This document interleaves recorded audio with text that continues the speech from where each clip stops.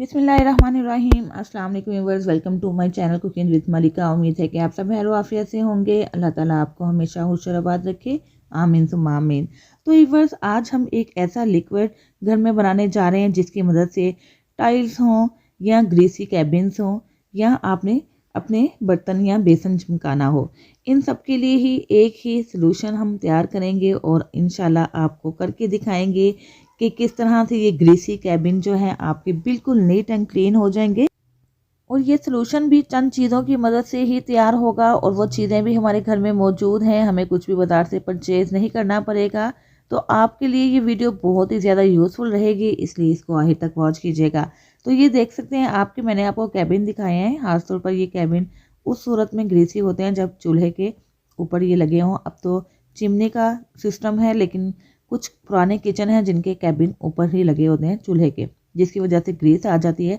तो इस ग्रीस को दूर करने का तरीका आप देख लें। ये देखें, यहाँ पे बहुत ज़्यादा ग्रीसी हो चुकी है ये कैबिन। खासतौर पर वही हिस्सा ज़्यादा ग्रीसी है जहाँ पे हमने चूल्हा रखा हुआ है शेल्फ के ऊपर, और उसके ऊपर ये कैबिन के ऊपर ग्रीस आ गई है। तो गर्म पानी लेकर हमने इसको शावर कर देना है। सबसे पहले वो शावर करके इसको छोड़ देना है 2 से 3 मिनट के लिए। उसके बाद वही एक और बाउल हमने लेकर 2 गिलास इसके अंदर गर्म पानी शामिल कर दिया है। 2 बड़े चम्मच हम इसके अंदर मीठा सोडा शामिल कर देंगे और 3 से 4 चम्मच के करीब इसके अंदर विनेगर यानी कि सफ़ेद सिरका शामिल करेंगे, जो कि आमतौर पर खानों में इस्तेमाल होता है।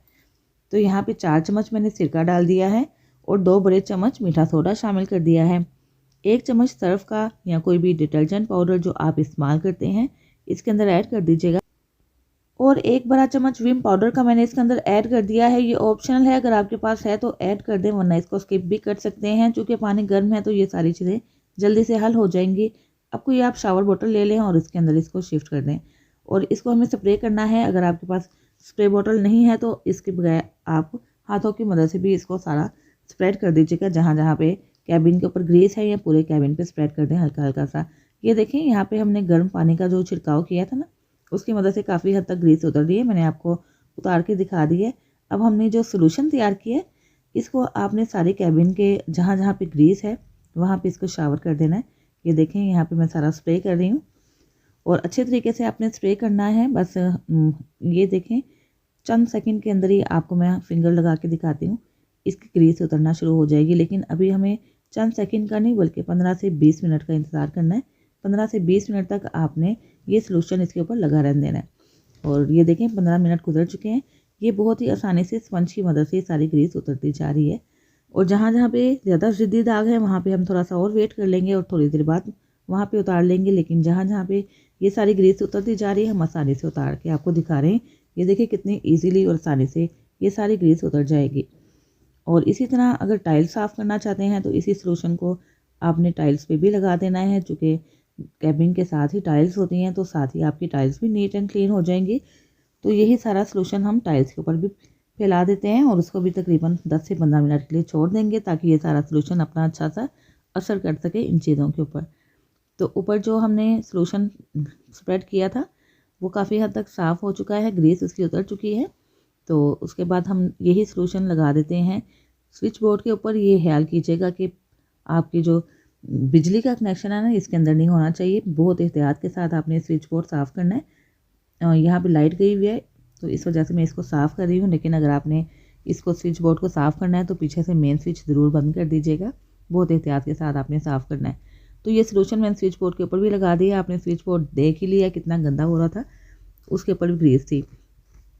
अब हमने कैबिन को साफ़ करना है एक नेट यानी कि जाली लेकर। बर्तन धोने वाली जाली होती है ना, उससे आप उन जगहों पे साफ़ करेंगे जिन जगहों पे ज़्यादा ज़िद्दी दाग है, और जहाँ पे आपका हाथ नहीं जा रहा वहाँ पे आप टूथपिक का भी इस्तेमाल कर सकते हैं या कोई पुराना ब्रश लेकर उसकी मदद से भी वहाँ पे सारा इस सलूशन को स्प्रेड कर सकते हैं। और साथ साथ ये जाली जब मारते जाएंगे ना और साथ साथ ब्रश मारते जाएंगे इन स्लिट्स के अंदर, तो ये सारी जो मैल कुचैल और ग्रीस है ये सारी इंशाल्लाह चंद मिनटों के अंदर ही दूर हो जाएगी।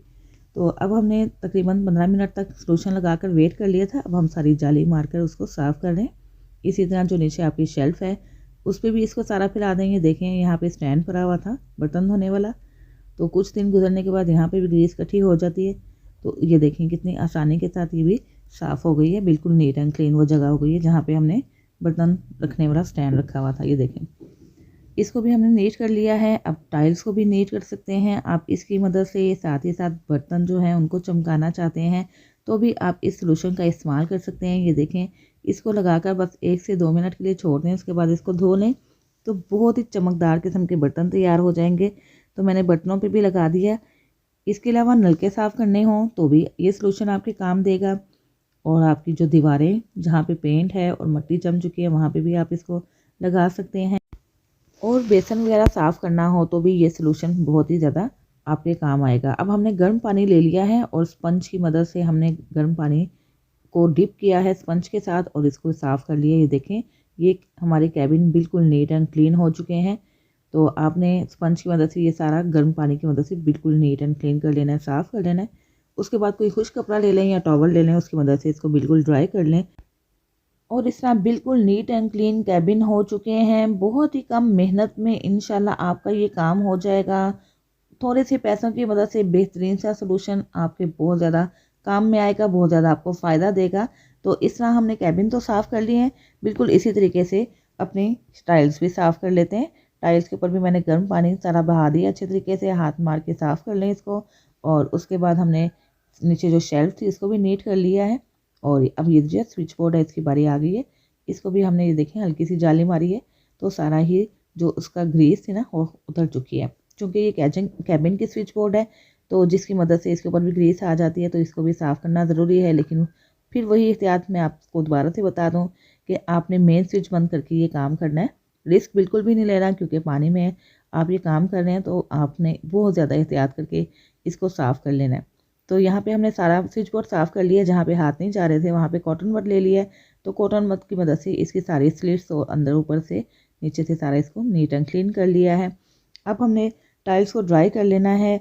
और यहाँ पे जहाँ पे हमें कुछ चीज़ें लटकाने के लिए खूंटी लगाने की ज़रूरत पेश आती है तो उसको भी हम साफ़ करके दिखा देंगे। हमने शेल्फ़ को भी साफ़ कर ली है। अब जो बर्तन जिसके ऊपर हमने ये सोल्यूशन लगाया था, चंद सेकंड गुजर चुके हैं तो इसको भी साफ़ करके आपको दिखाते हैं। देखिए कितने ज़्यादा चमक रहे हैं। ये वो चीज़ें हैं जिनके ऊपर ग्रीस जम चुकी होती है तो आप इनके अंदर से चिकनाई ग्रीस वगैरह को बहुत आसानी से साफ़ कर सकते हैं।